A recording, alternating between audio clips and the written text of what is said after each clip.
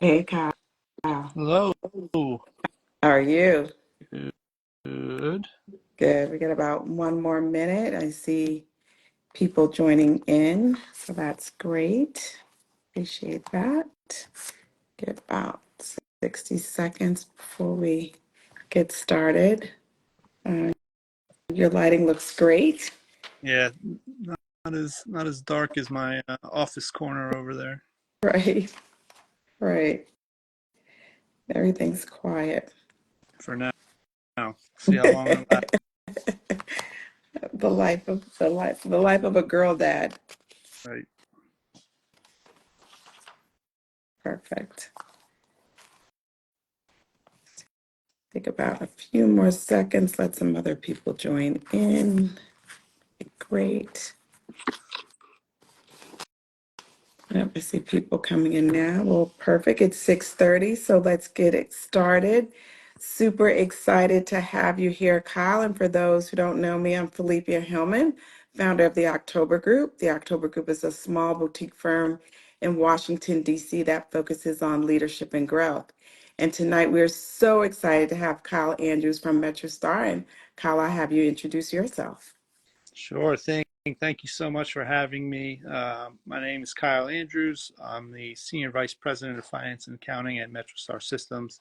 Been with the company for coming up on 11 years now.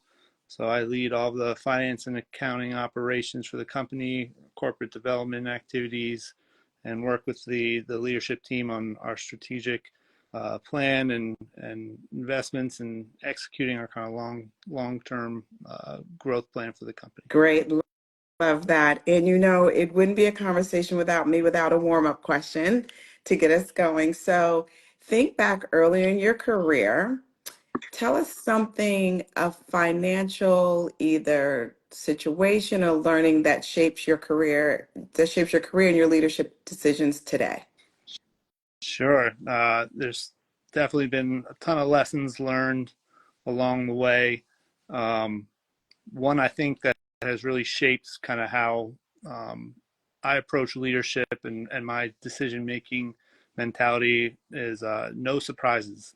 So I actually have a nameplate on my desk in the office that says no surprises, and really that's a constant reminder to expect the unexpected, never assume something is guaranteed, and always plan for worst case scenario, the most likely scenario, and the best case scenario. So hopefully you're at least somewhat prepared to handle any surprises that might come your way. Is there any story in particular that got you to that point of no surprises? Oh yeah, there's a lot, but one that I don't think I'll ever forget was my early years, probably my first year at MetroStar.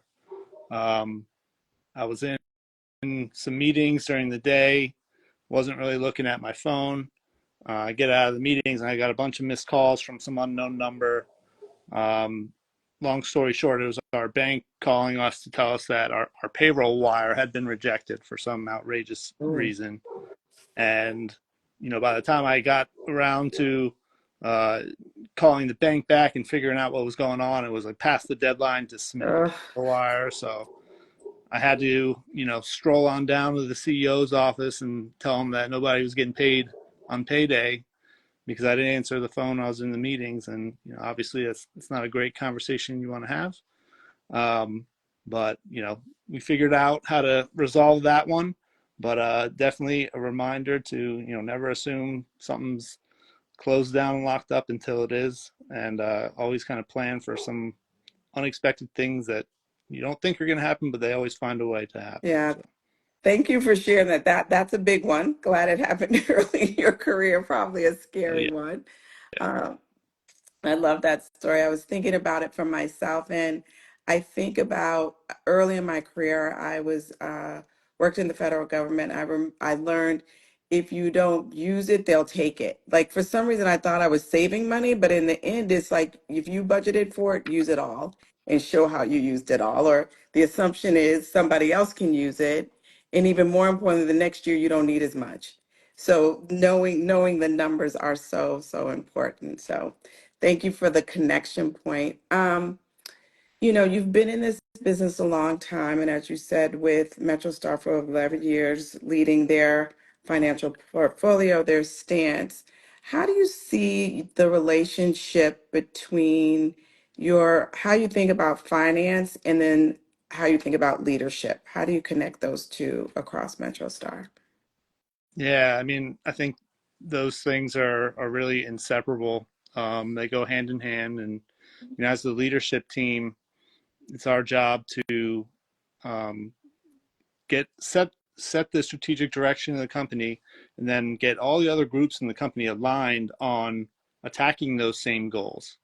And when you're successful in doing that, you get everyone in the boat rowing the same direction, the boat starts moving a lot faster, Mm, and you'll achieve those results faster. And if everyone, all the different groups in the company are rowing in different directions, the boat's not going to go anywhere. It's probably going to start spinning in circles, and then you're going to waste all kinds of time and money and energy trying to get the boat back on course and moving again.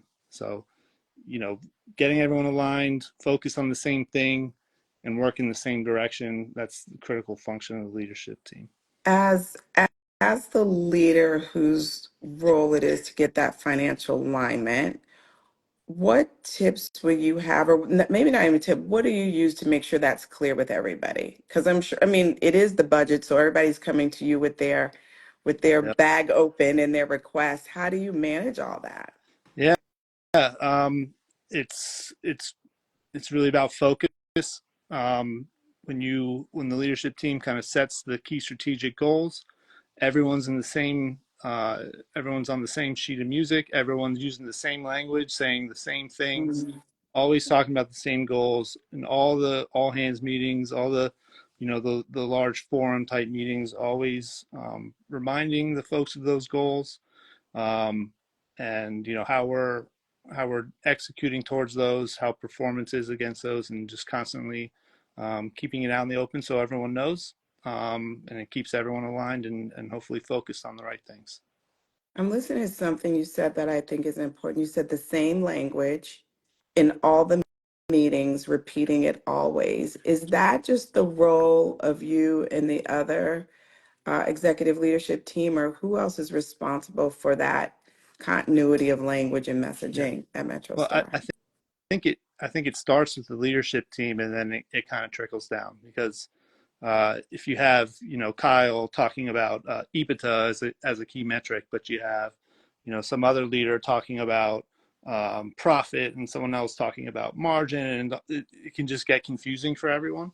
So even though all those things might mean the same thing, just using the same consistent language just further make sure everyone is aligned, everyone knows what the objectives are, what the metrics are that you're looking at, and working towards the right thing, and they're clearly defined, and everyone understands the same way. Hmm. I love this EBITDA margin profit. If you're on a project and you're client facing, how do you help folks at that level and with that focus on the customer understand the financial goals? Um, yeah, it really it starts at the top. It starts and as it goes down the organization, again, constantly reiterating the same ideas, the same goals, and really working with the managers in the company to understand what those goals are, um, how we plan to achieve them, and kind of how to measure them along the way. And by doing that over and over again, same things, reinforcing those, then eventually everyone starts picking up on it, and you'll get that constant communication flow across all the levels of the organization. Not to put you on the spot, which is harder to get the executive team aligned or going cascading down, which is hardest, which has been the Oh hardest for you, you think? man, you could say either way. I mean, I know for many years at MetroStar, um, we were kind of learning through this process as we mature as a company. And it took a lot of years to make sure everyone was really bought in on the right things, all the consistent communication and the focus all aligned on the right things. And then when that does finally happen, you really see the results, and you see how that translates across the business. And when you have a cohesive leadership team that's all in sync, I think naturally the rest of the organization kind of follows follows that suit. Yeah. I appreciate just the honesty. It took some time, right? It just didn't have magical Kyle dust and everybody got aligned. I mean, it took some rhythm, some missing the calls from the bank, some other things to get aligned with that, and that's proven itself. I mean, we've seen a couple of years in a row where the company has been recognized, including you, as being one of the best in the business. So when you work together, that reward comes through not just internally with the company performance, but being recognized Yeah. externally also. Yeah, I would just say, I mean, as a growing organization, you're constantly bringing in new people into the leadership team, and everyone's used to doing things a different way, and being able to, indoctrinate new folks into the team and help them get on board with kind of how MetroStar does things, but also being open to, their experiences. That takes some time, but ultimately you can be successful in doing that, and you see how that success translates across the business. Yeah. One of the statistics show that leaderships can achieve up to 25% higher revenue growth if you have a strong financial leadership, right? So when you step back and think about yourself as a leader and what you've done across your years, what would you say is some of the attributes you have that have contributed to MetroStar success? You specifically as a leader. Yeah, it's that's a really good question, because in the finance world, we're not out directly engaging with the customers, selling services or products, and actually closing deals. Um, so how do you really contribute as kind of a back office employee, if you will, or not on the sales side? And I think I've learned over the years, in financial leadership role, it's really about helping the CEO and the leadership team sleep better at night. And Ah, what I mean by that is, being uh, kind of that consultative resource for the team, providing the data driven analysis, um, providing confidence that the team's making decisions based on the best information available, making decisions where to deploy capital, what projects to invest in, um, which projects are going to have the highest return with the least amount of risk. When you can build that trust with the leadership team, then the decisions happen faster, and the decisions, with the lowest risk, with the highest potential returns, happen a lot quicker and are more successful. And ultimately, hopefully, everyone in the leadership team can sleep a little better at night, because they're not second guessing the decisions that are made, because they know that there's a lot of rigor and thought and data behind those decisions that are made. yeah. So that's where the finance leadership kind of plays in that role. I'm appreciating the words you're using consultative, data driven, building confidence, instilling trust. My favorite is, which you wouldn't imagine all the time, the financially talking about, I want to make sure everybody sleeps better at night. So if you had to pick maybe three attributes about your personal leadership that generates this stuff, being building confidence in the rest of the team, being data driven, what would you say those are? Um, let's see, you asked for three. One, I think would be accountability. So holding myself accountable and the rest of the team accountable to those things that we set out to do, that we're doing the things that are expected of us and that we expect our teams to do. That's a really important one to being successful. Um, I think being open to different different thoughts, or different ways of doing things. I might think the best way to accomplish something is the right way, but there's lots of other really smart people in the company that may have different ideas on how to do it. Mm, And not being so rigid um, in your own ways, and being open to trying out different things. Especially for me, I kind of have a type A, accounting, finance personality, where things are black and white. So it's hard for me to kind of, get in the gray area sometimes, but I try to do that. I try to think that way. And last but not least, I guess just being open and honest. mm, Um, Things don't mhm. always go great. Sometimes things go bad, but don't be scared to to face those issues or those problems, accept it, and then try and figure out a way to resolve that. So those would be three I Yeah. can think off the top of my head. Yeah. Yeah. Face the truth, be honest about it. Open your aperture. And I love that you're like, I don't like gray, black and white is easier, but you can swim in the gray. And again, accountability, which is going to be essential. Um, right now, when you think about what metrics do you believe most influence the leadership? What are some of the metrics that are steadfast about to make sure you're driving the business growth that you want? Yeah.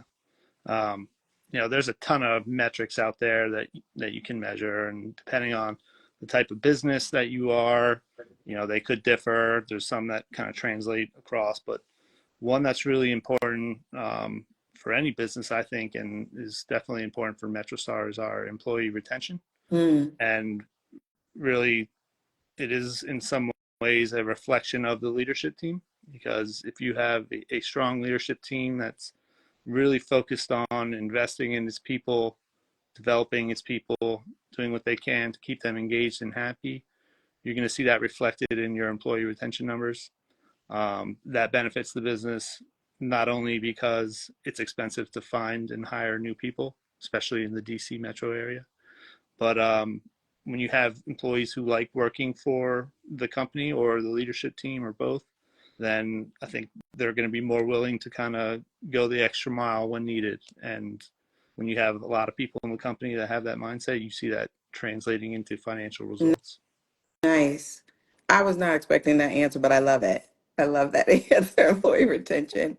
What are you doing in particular at MetroStar to keep your employees?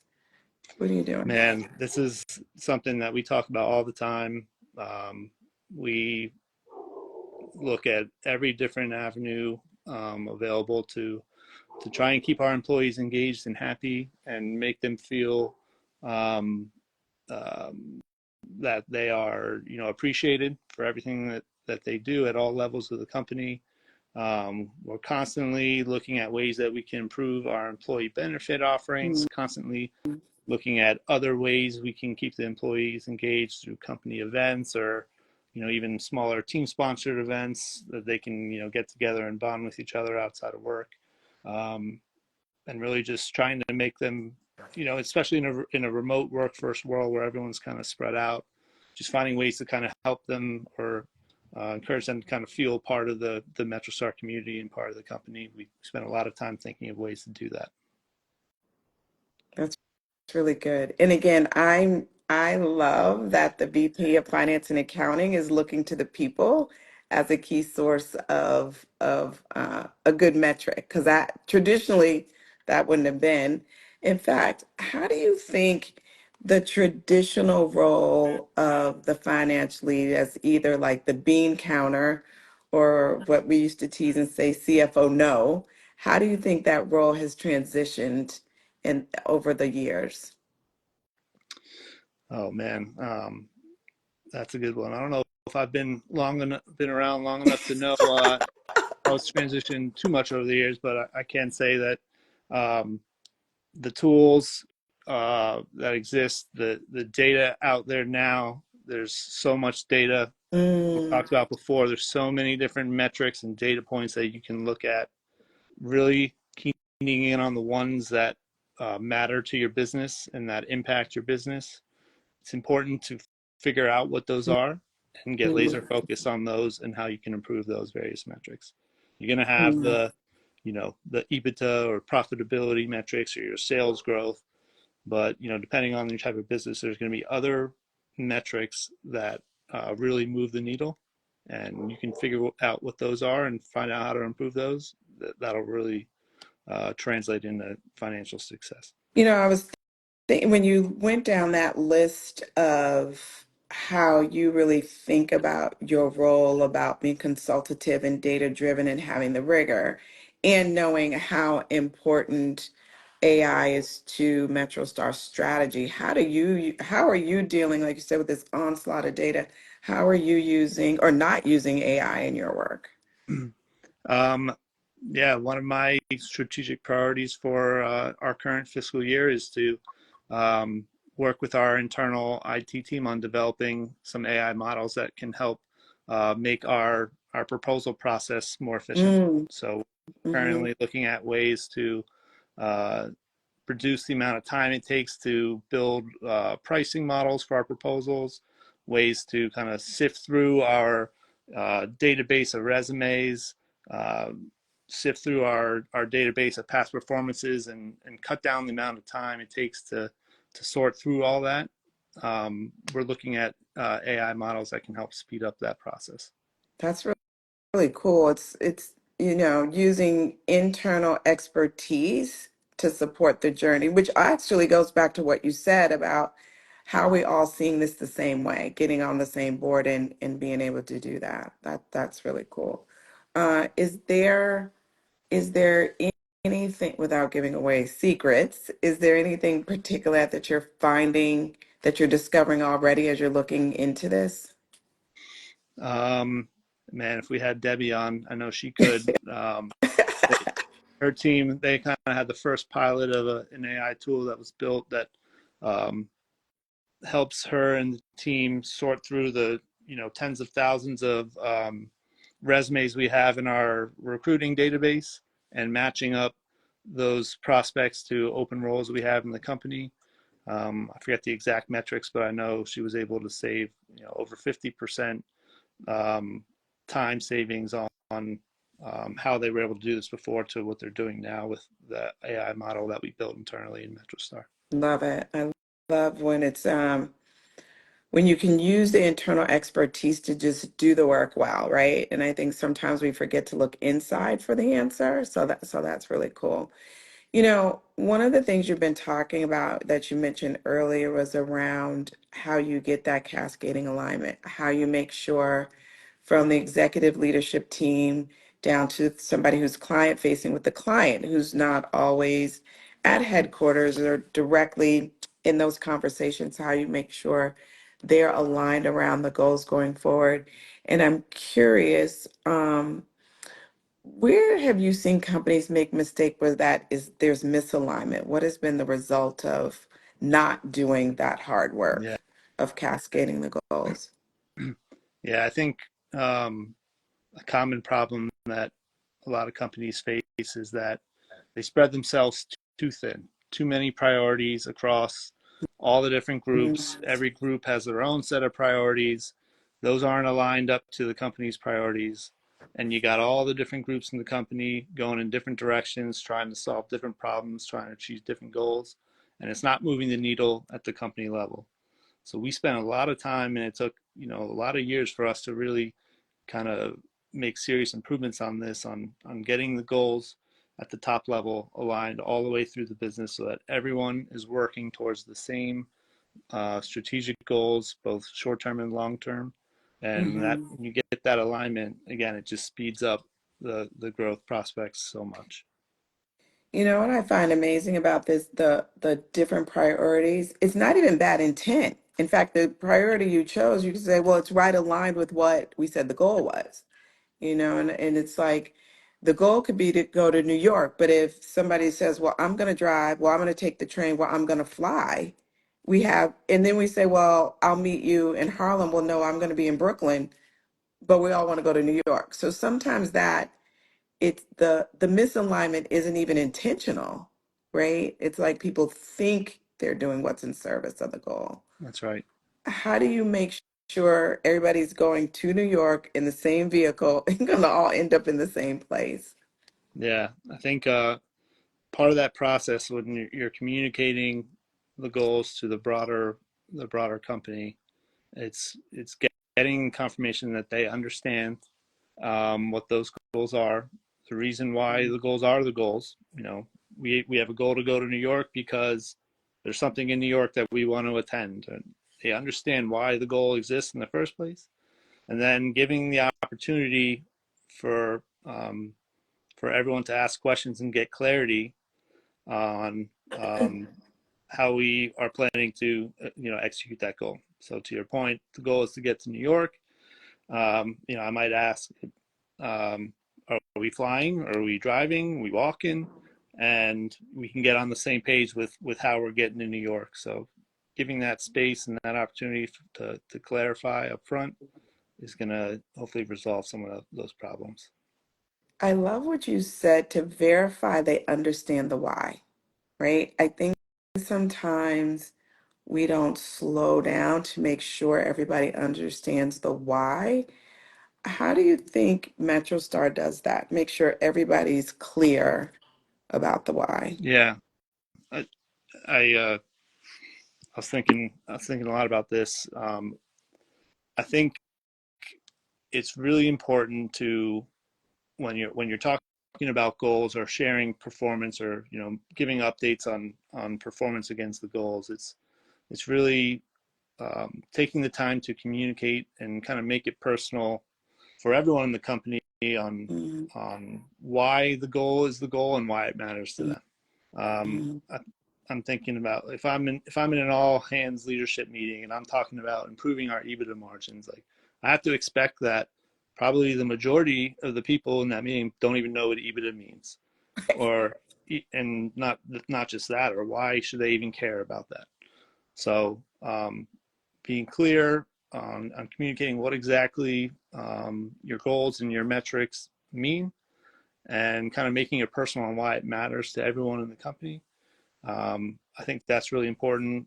We try to do that. I know I try to do that at MetroStar, and hopefully that kind of further solidifies everyone's understanding of why we're trying to achieve certain goals, and why it matters to them and everyone in the company.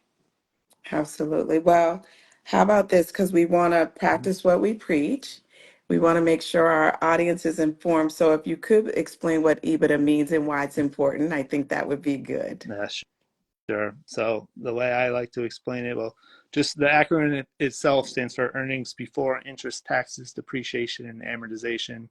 And really what it is just a proxy of profitability, um, tries to capture what basically the cash profitability of a company is, and it allows you to measure companies in the same industry or across industries in kind of more apples to apples format. Um, so long story short, it's just another way of looking at profitability, and it matters. I can speak for MetroStar. Um, I try to frame it that we want to improve our EBITDA because there are things that we want to do, investments we want to make in the company for our people, and in order to be able to do that, we need to improve our margins to certain points. So, I might say, we heard our employee feedback. We want to improve our 401k match benefit, or we want to improve our health benefit. And as a leadership team, we hear you and we want to make that happen for you. And the way that we can make that happen is if we're able to improve our EBITDA margin. So we have more money as a business to invest into our employee benefit plans. So if you can make it a little bit more personal on why the leadership team is trying to achieve a certain level of profitability, um, maybe it clears up some of those assumptions that people might be making on why the leadership team wants to improve their profitability. And if you can translate it back to how it actually impacts them, I think that kind of helps get everyone a little more engaged on those. Very well done. And great example, right? The example feeds right back into your employee retention. How love the example you used about EBITDA and even why EBITDA is important. I know this is a hallmark of MetroStars, the culture of the place, right? It's just so important. How would you describe MetroStars culture? Wow. MetroStars culture. Um, MetroStars culture.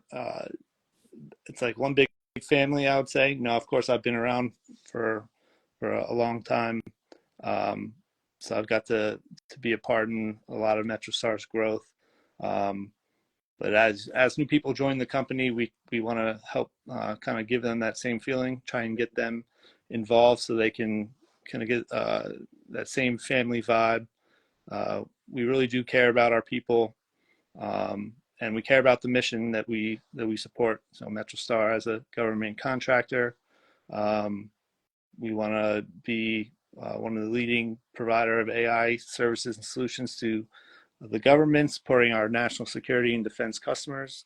And we think that that mission resonates for us and for our people. We do what we can to keep our people happy and make them feel like they're part of that mission and contributing to uh, these successes along the way. Is there um that describes you all well, it really does. That's great. I like how you did that. Is there outside of employee retention, thinking about culture, is there another, I don't know, maybe cultural ethos or ethic or something that's really important to you around culture that you know impacts the bottom line outside of maybe employee retention? Oh man, that impacts the bottom line related to culture. Um, hmm, that's an interesting one. Um, yeah, I mean, I think just in general, we try to put people before profits. Mm, hmm. If it boils down to it, um, we're going to take care of our people, even if that means that it hurts the bottom line. We're willing to accept that. We know the people in our company are the best asset that we have, and we truly do care about our people and their well-being and their development. And we're willing to sacrifice, a couple points on the bottom line to stay true to that. Hopefully that reflects in how our people feel about the company. I know we spend a lot of time talking about that and investing our time and energy on that as a leadership team. So that is definitely part of our culture. That's can't get more bottom line than that, right? That's where it is right there. Curious for you, like you said, you've been there a long time. You've seen the company grow. You've watched different things happen. How have you grown as a leader over the years with MetroStar? Oh man, uh, it's been a great ride. I mean, I joined coming out of Deloitte 11 years ago as an auditor, not knowing nothing about managing the finances of a business. So I've learned so much along the way, from just how to manage an accounting group to government compliance and proposals. And now as we've matured, starting to look at M&A as a growth avenue for the company. Learned a lot about corporate development process, how to evaluate target companies, figure out if they're a good fit, what synergies might exist. Um, and uh, just whenever you think that you know it all, I can assure you, you don't. Things are always changing. Uh, every day is an exciting day, especially at MetroStar. There's always something new going on. We're working on, a big opportunity right now that's brand new for most of us at MetroStar, and been a learning process this whole time. So, Great. And you talked about the financial things like managing a group of accountants, learning government contracting, how to do that, how to do pricing, how to be involved in the proposals, thinking about different investment strategies, right? Those are the mechanics, all the different mechanics you've learned across. You personally, where have you had to expand and grow as a leader to even be open to learning those things? How have you seen yourself grow? yeah, uh, try to wear a lot of different hats, help out the company, whoever it's needed, and not being scared to try something new that's outside of the Mm, wheelhouse.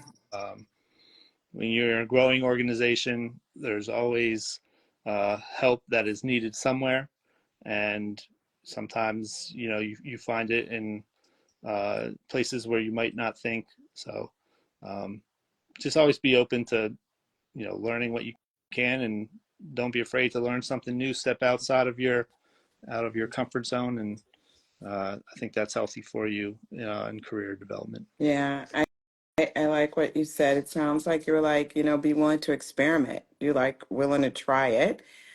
Even with your confession of I like it black and white, you're willing to experiment with some gray. Support, be open to helping across, like help other people. I love this word about don't be scared. And I mean, I think that particularly when you're the owner of the numbers, not being scared is, I don't know if risky is the right word, but that's a good one because it's changing, and just being open to new things also is really important.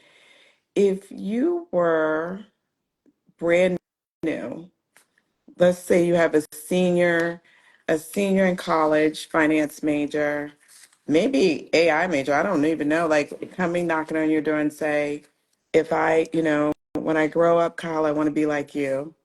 What would be your advice to them Oh, as they're starting their career now? yeah. Um, I, I think a couple things that I could offer. One being that when a company is bringing in new people, uh, the expectation is that that new person is bringing something to the table. So don't be afraid to offer up ideas. When you come into a new organization, whether it be your first job or whatever your fifth job, um, you might step into a role and you are asked to do something, and there could be a better way or a smarter way to do it. Um, don't be afraid to offer up their opinion on how to do something differently. Maybe there's a good reason why it's done the way it is, but maybe not. And you offer up that idea and make some improvement for the company. That's what you're there for, to help in some way. So don't be shy and just assume that how things are done is the best or the right way to do it. Hmm. Yeah. The second thing I would offer, especially as someone fresh out of college, is uh, be willing to do the things that nobody else wants to do. Right. The reason why there's some project out there that no one wants to really take the lead on or dig into and take ownership of, and you should be the one volunteering to do those things because it's probably a hard project and that's why no one wants to do it. You'll learn so much, and you'll figure it out. You'll learn a lot along the way, and then you'll also build that confidence and trust in your leadership team that you're Mm. willing to step up to the plate and give things a shot. And I think that can really help out as you progress, especially young in your career. Yeah, that is one about taking on the things that you don't. I don't know if you can see this, but you had hearts go up to that, affirming what you offered in that last one. We do have a few more minutes left, and you started to just have a couple more questions. One of the things you mentioned about is your goal for next year is incorporating that AI into helping accelerate things that you all do internally. Um, don't want to necessarily get into your goals, but what does have you excited for 2025? Oh man, there's a lot going on. There's a lot of unknowns, especially Mm. in our business with the change in administration that's going on. There's all kinds of crazy stuff going on in the news about what changes might happen in the government, and who knows what if any of those will actually happen. But um, a lot of unknowns. So excited to see where things take us. We had a lot of success late in 2024 that we're kind of seeing the momentum of that now, Mm-hmm. and excited to see if we're able to kind of parlay that into even more successes in FY25 and kind of ride the momentum. Yeah, not surprised about the fourth quarter wins. That's traditionally been that you guys leadership teams joke. You're like the Celtics. You always pull it off in the fourth quarter, but you always end up winning to do that. We've talked a lot about, you know, various things across both MetroStar, your journey, about what you do as the Senior VP of Finance and Accounting to support that. really around what I love, some of the things some of the metrics as that SVP of Finance and Accounting about employee retention, and even my favorite, even using why EBITDA is important so employees can get those things that keep them engaged, that they really want to have. Is there any last thought you have um, that would be helpful to shine light on what your role has to think about now, as the guy who's over Mhm. the investments in the financial path Yeah. forward? Yeah. I would offer that uh, when you think you're focused, you can get even more focused. Um, Mm, there's just, when you're a growing organization, there's so many things out there that you want to try to do as a team, especially you have a high performing team. You think you can, tackle every challenge, win every, business deal, solve every problem in the world. But that's where you can get thrown off track, spreading yourself too thin. So it's so important to stay focused on the top priorities, the things that are going to move the needle the most, and don't get distracted. And again, you think you're focused, you can get even more focused. So finding ways to do that uh, will really be successful for you. yeah, how do you avoid the shiny new things? Because, like you said, there can be so many. Yeah, How do you how do you I wish I, guys I do wish I that? had the answer to that one. I don't. There's always some distractions, but in my role, um, I try and um, figure out which of those distractions might be worth it and which ones aren't. Mm. And you know, I'll give my 2 cents, and with the team, we'll do some analysis and figure out which ones make a sense to take some shots at. But uh, trying to keep the team focused on those goals again any way we can. That's a big part of the role, and uh, it's tough, but I think ultimately that's what makes a financial leader successful, being able to do those things. So, Kyle, you just said something that's important. Like you're saying focus, right? Have focus, not blinders on so you can't see, but focus. And you said, and which ones are worth it to,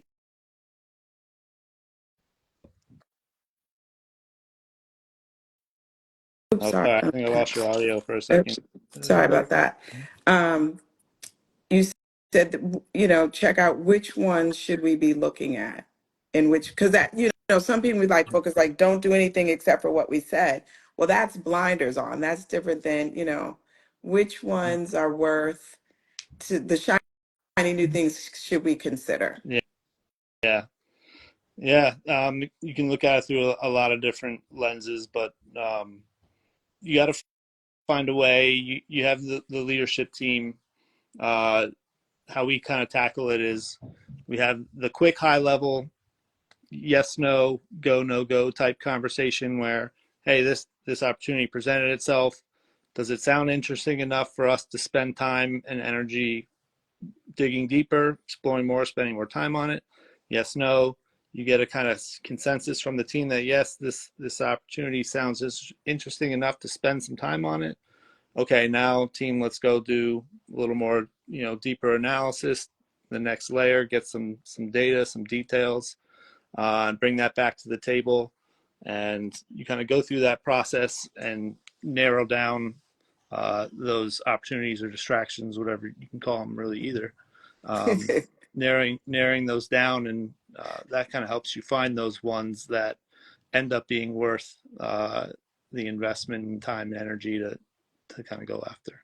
I think you're right until it is a distraction until it's earned the right to become an There opportunity. you go. Yeah, right. Absolutely. That's real true. We have about 2 more minutes left. I want to be thoughtful because I've seen some folks come in. Do we have any questions that we want to ask Kyle while we're here? Just give people a second or two or a shout out for you, either one. See some people have come in. Want to make sure we leave time for folks if they have And any while you're questions looking or at those, I want thoughts. to take the opportunity to thank you for giving me the opportunity to come on here. We talked Mhm. about stepping out of your comfort zone. I think this was definitely out of my comfort zone. I like to kind of stay behind the scenes and do my thing in the background. So, getting on Instagram Live this is my first time doing it, and definitely outside my normal MO. So, thank you for this opportunity. Kyle, thank you so much for being willing to do it. We've been working together for a while, and the fact that you were willing to step out from back and let everybody see your shine, I am so grateful and privileged. So thank you so much for that. And again, I don't know if you see it, but you have hearts, and great job, Kyle, going up. So you stepping out was appreciated, and hopefully we'll get others to do it too, because it's important for us to sometimes understand the person behind the numbers, and particularly how you shared, so much goes into how you think about that, and how it's as you said, it's people first, and that's the most important metric for MetroStar. That's right. There's always a story behind the numbers. Yes, there is. Yes, there is. So thank you so much. Again, I appreciate you doing this. And as I shared, we will be showing clips of this as we cut them up that we think will be great for people to hear. Okay, make So sure you Photoshop in my nice jawline for that, please. absolutely. Thank you so much. And thank you all for joining, and good night. Good Good night. night. Bye-bye.